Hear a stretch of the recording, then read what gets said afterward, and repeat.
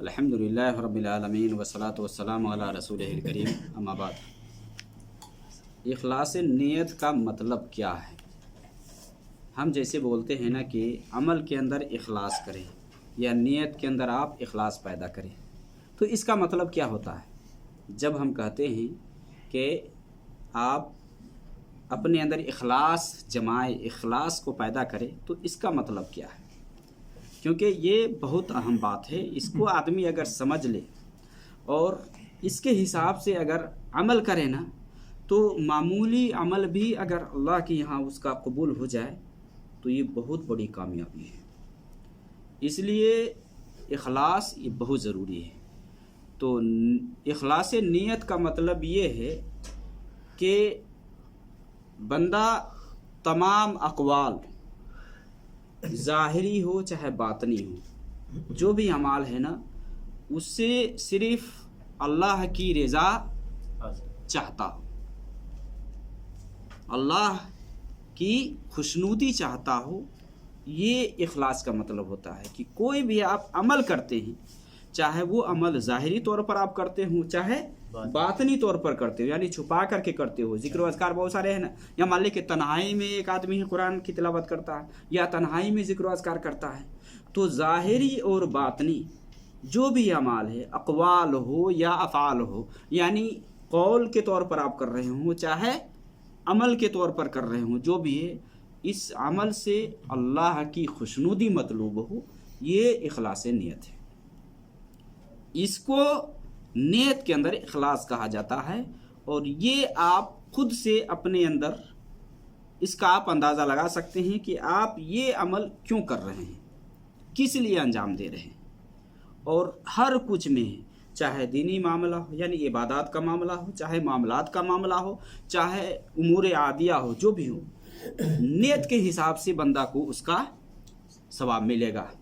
نیت کے حساب سے، جو آپ کی نیت میں ہے نا، اسی کے حساب سے آپ کو اس کا بدلہ دیا جائے گا۔ قرآن مقدس کے اندر اللہ رب العالمین نے بہت ساری جگہوں میں اس کو بیان کیا ہے۔ ایک آیت کے اندر اللہ رب العالمین نے سورہ البینہ میں بیان فرمایا ہے، وَمَا أُمِرُوا إِلَّا لِيَعْبُدُوا اللَّهَ مُخْلِصِينَ لَهُ الدِّينَ، کہ انہیں صرف اسی بات کا حکم دیا گیا ہے کہ وہ یکسو ہو کر کے صرف یعنی اخلاص کے ساتھ اللہ کی عبادت کریں۔ عبادت کوئی بھی آپ کرتے ہیں، خالص اللہ کے لیے آپ کریں، دنیا طلبی کے لیے نہیں، دنیا حاصل کرنے کے لیے نہیں۔ جو لوگ دنیا حاصل کرنے کے لیے عبادت انجام دیتے ہیں یا کوئی ایسا عمل کرتے ہیں کہ جو صرف دنیا ہی ہر کچھ ہو یا دنیا ہی چاہنے کے لیے اگر عمل کرتا ہے، تو ایسے عمل کا آخرت کے اندر کوئی فائدہ نہیں ہے۔ دنیا میں اگر مل بھی جائے نا اس کا بدلہ، تو آخرت میں اس کا کوئی حصہ نہیں ہوگا۔ جو دنیا چاہتا ہے، قرآن میں اللہ رب العالمین نے کئی صورتوں میں بیان فرمایا ہے۔ ایک صورت کے اندر ہے کہ اللہ رب العالمین نے یہ بیان فرمایا ہے کہ من کان یرید حرث الآخرہ، جو آخرت کی کھیتی چاہتا ہے یا جو کھیتی چاہے آخرت کی کھیتی، من کان یرید حرث الآخرہ نزد لہ فی حرثہ، اللہ رب العالمین نے فرماتا ہے کہ ہم اس کی کھیتی میں بڑھوتری کر دیتے ہیں، زیادہ کر دیتے ہیں۔ جو آخرت کی کھیتی کا طالب ہو، اس کے لیے، اس کی چاہت میں، اس کی کھیتی میں اللہ رب العالمین بڑھوتری کر دیتا ہے، بڑھا دیتا ہے۔ وَمَنْ كَانَ يُرِيدُ حَرْثَ الدُّنْيَا، اور جو دنیا کی کھیتی کا طالب ہے، تو اللہ رب العالمین کہہ رہا ہے نُؤْتِيهِ مِنْهَا، ہم دنیا میں سے اس کو دے دیتے ہیں، کچھ دے دیتے ہیں۔ وَمَا لَهُ فِي الْآخِرَةِ مِن نَصِيبٍ، ہاں آخرت میں ان کے لیے کوئی حصہ نہیں ہے۔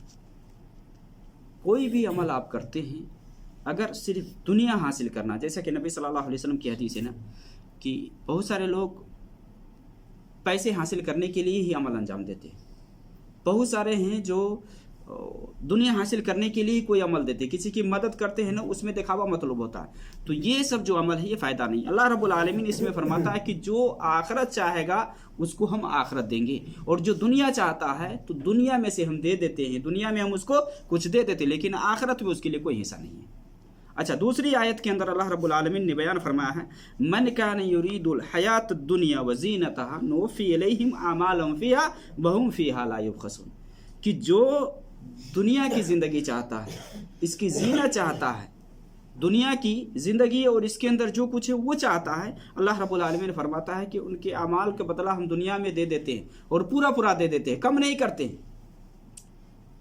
جو دنیا کا طالب ہے، دنیا کا چاہنے والا ہے، اس کو اللہ تعالیٰ دنیا میں پورا کا پورا دے دیتا ہے۔ اولئک الذین لیس لہم فی الآخرہ الا النار، اللہ تعالیٰ فرمائے کہ یہ وہ لوگ ہیں کہ آخرت میں ان کا ٹھکانہ کیا ہے؟ جہنم ہے۔ آ گئے، آخرت میں ان کا ٹھکانہ کیا ہے؟ جہنم ہے۔ وحبط ما صنعوا فیہا، جو کچھ اس نے اس دنیا کے اندر کیا نا سارا کچھ برباد ہو جائے گا۔ وباطل ما کانوا یعملون، جو کچھ کرتے تھے سب بیکار ہو جائے گا۔ اس طرح کی آیتیں بہت ساری ہے قرآن کریم کے اندر۔ آپ دیکھیں اللہ تعالیٰ نے قرآن کریم کے اندر یعنی جو لوگ اللہ کی رضا چاہنے کے لیے، اللہ کی خوشنودی حاصل کرنے کے لیے لوگوں کی مدد کرتے ہیں، لوگوں کو کھلاتے ہیں، تو ان کے بارے میں اللہ تعالیٰ نے کیا فرمایا؟ انما نطعمکم لوجہ اللہ لا نرید منکم جزاء ولا شکورا۔ یہ دیکھیے اخلاص، اس کو اخلاص کہا جاتا ہے کہ انما نطعمکم لوجہ اللہ، کہ ہم تمہیں کھلاتے ہیں کس لیے؟ اللہ کی رضا حاصل کرنے کے لیے۔ لا نرید منکم جزاء ولا شکورا، ہاں تم سے ہم بدلہ اور شکر گزاری نہیں چاہتے ہیں، صرف اللہ کی رضا کے لیے ہم تمہیں کھلاتے ہیں، تمہاری مدد کرتے ہیں۔ اسی طرح سے اللہ رب العالمین نے قرآن کی دوسری آیت کے اندر بیان فرمایا ہے۔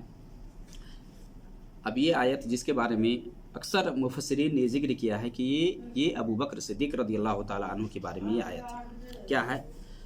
وَمَا لِأَحَدٍ عِنْدَهُ مِن نِعْمَةٍ تُجْزَى إِلَّا ابْتِغَاءَ وَجْهِ رَبِّهِ الْأَعْلَىٰ وَلَسَوْفَ يَرْضَىٰ۔ اکثر مفسرین نے ذکر کیا ہے کہ یہاں ابو بکر صدیق رضی اللہ تعالیٰ عنہ کے بارے میں یہ بات کہی گئی ہے کیونکہ ان کے اوپر کسی کا احسان نہیں تھا، کسی کا احسان نہیں تھا، کسی نے ان کو کچھ نہیں دیا تھا، یہاں تک کہ نبی کے بارے میں بھی آتا ہے۔ یہ اور بات ہے کہ ایمان کی بات الگ ہے، لیکن دنیاوی لین دین کے بارے میں یہاں بیان کیا جاتا ہے کہ ابو بکر نے کسی کا حق نہیں لیا تھا۔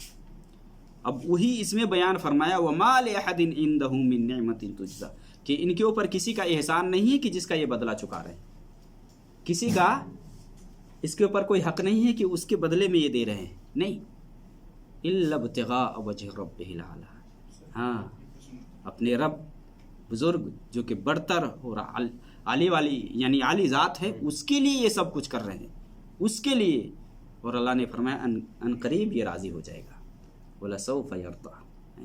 یہ کس کی علامت ہے؟ جو اخلاص کے ساتھ عمل انجام دیتے ہیں۔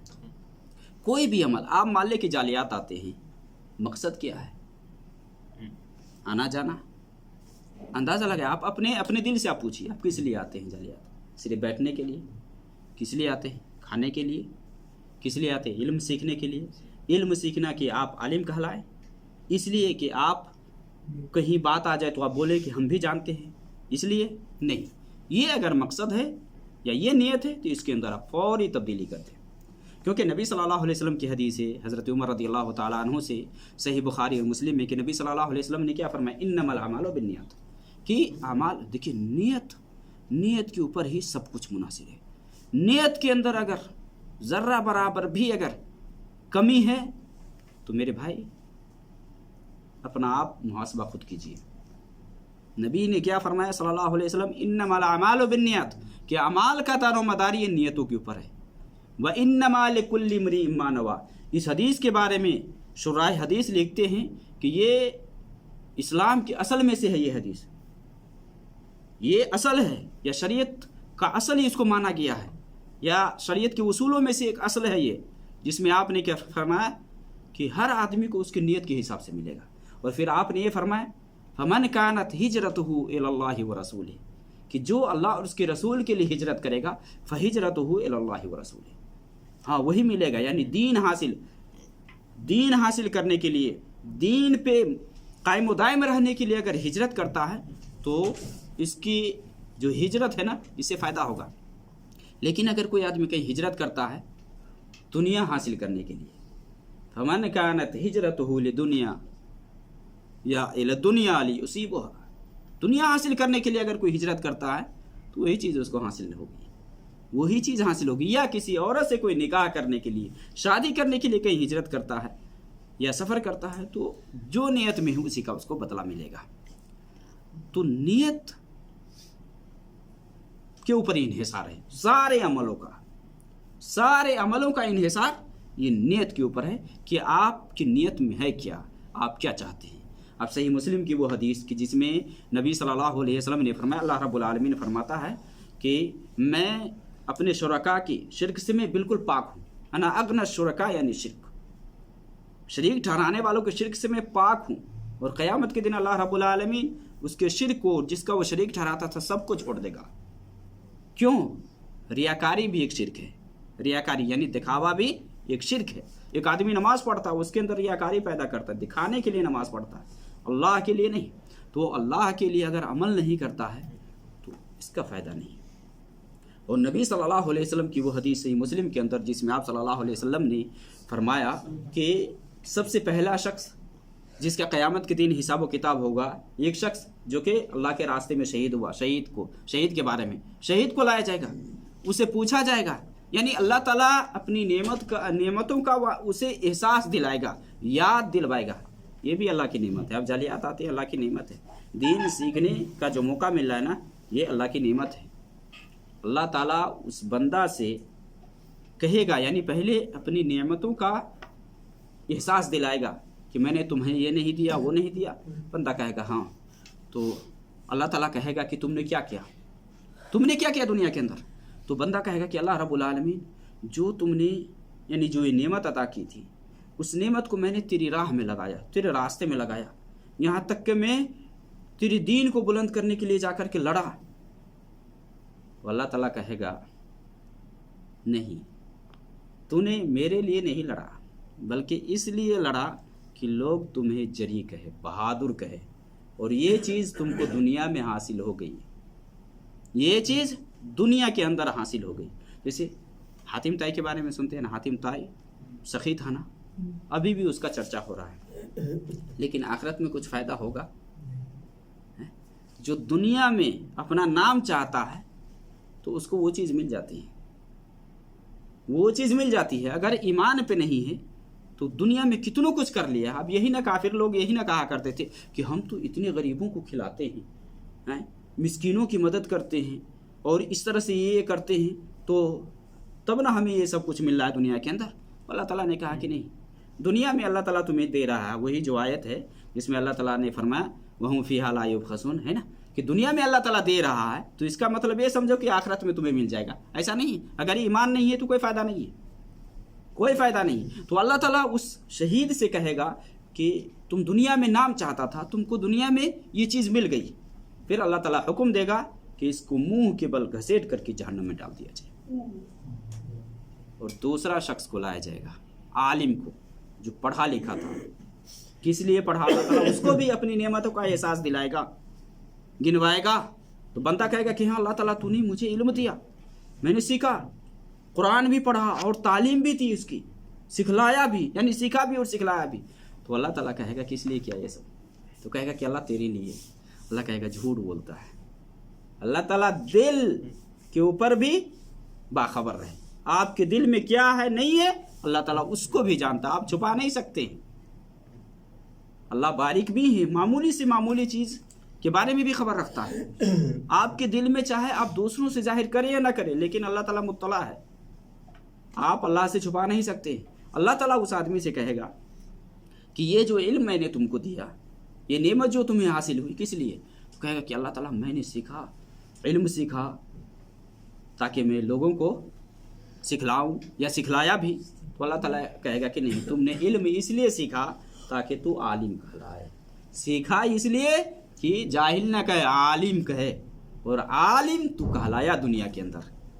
قرآن کی قرأت کی تعلیم تم نے حاصل کی اس لیے تاکہ لوگ تمہیں قاری کہیں، اور لوگ تمہیں دنیا میں قاری کہتے تھے، لیکن میرے لیے نہیں کیا تم نے، صرف نام حاصل کرنے کے لیے، اپنی تشہیر کے لیے، مشہور ہونے کے لیے کہ میں عالم ہوں، میں قاری ہوں، اور یہ چیز دنیا کے اندر تمہیں مل گئی۔ پھر اللہ تعالیٰ حکم دے گا کہ منہ کے بل گھسیٹ کر کے اس کو جہنم میں ڈال دیا جائے گا۔